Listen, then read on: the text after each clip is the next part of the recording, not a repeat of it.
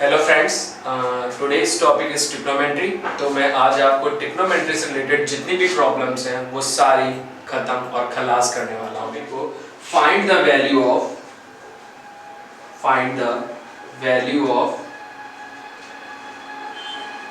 Of ratio कैसे निकालते हैं, ठीक है। इसको सीखते हैं हम लोग। यहाँ पे एक ट्रायंगल बनाते हैं, जो मैं पीछे वाले आपको बता चुका हूँ अभी कि जिस एंगल को हम लोग फाइंड करते हैं उसे बेस पे लिखते हैं। सपोज कर लो मैंने ए बी सी एक ट्रायंगल लिया हुआ है, ठीक है, और यहाँ पर रेशियोज की वैल्यूज निकालनी है। तो ये हमारे पास साइन थीटा हो गया है, तो मैं इसको थोड़ा सा बड़ा लिख देता हूँ। यहाँ पे साइन थीटा, कॉस थीटा और मैंने बताया हुआ था टेन थीटा। जैसे मैंने बताया था साइन का अपोजिट जो होता है वो कॉसेक थीटा होता है, और कॉस का जो होता है वो सेक थीटा होता है, और टेन का क्या होगा, कॉट थीटा।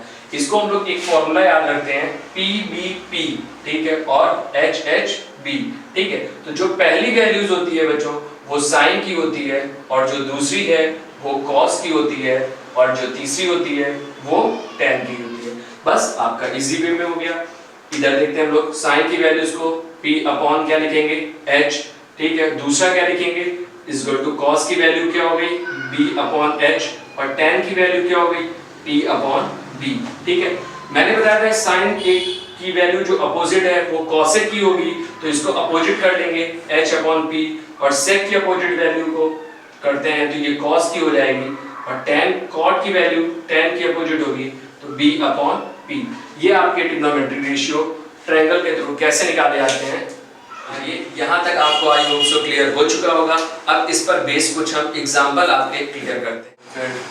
अब हम लोग इसी पर बेस्ड कुछ एग्जाम्पल आपको देंगे जिससे आप इनकी सॉल्यूशन कर सकते हैं। जैसे देखो, जैसे रेशियोज में हम लोग ने पढ़ रखा है, ठीक है, कि एक ट्रायंगल दिया होगा। जैसे एग्जांपल के तौर पे मैंने ले लिया है, यहाँ पे एक वैल्यू दी गई होगी sin theta is equal to 4 upon यहाँ पर 5, ठीक है, ऐसे मैंने ले लिया, ठीक है। तो इसको सबसे पहले फर्स्ट ऑफ ऑल फाइंड करने के लिए मुझे देखना होगा कि जो मैंने ट्रिक बताई थी आपको PBP अपॉन HHB, और जैसा कि मैंने बताया हुआ था कि ये वैल्यूज जो होती है वो राइट ट्रायंगल पर एप्लीकेबल होती है, ठीक है। तो हम लोग सबसे पहले एक राइट ट्रायंगल बना लेंगे, ठीक है। जिस एंगल की बात करोगे उसे हमें बेस में लिखना है, ठीक है। तो ABC, ठीक है।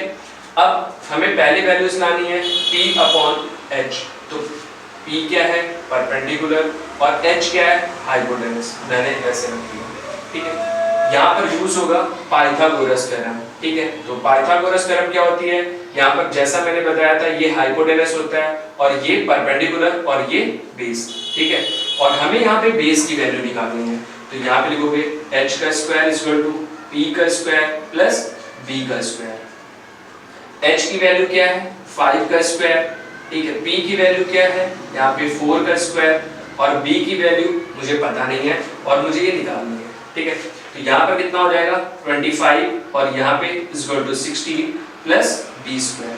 तो B की वैल्यू को मुझे निकालने के लिए इसको इधर भेजते हैं, ये हो जाएगा 25 माइनस 16 इज इक्वल टू कितना हो जाएगा 9, ठीक है। तो B स्क्वायर यहाँ पे इज इक्वल टू √9, तो B इज इक्वल टू 3।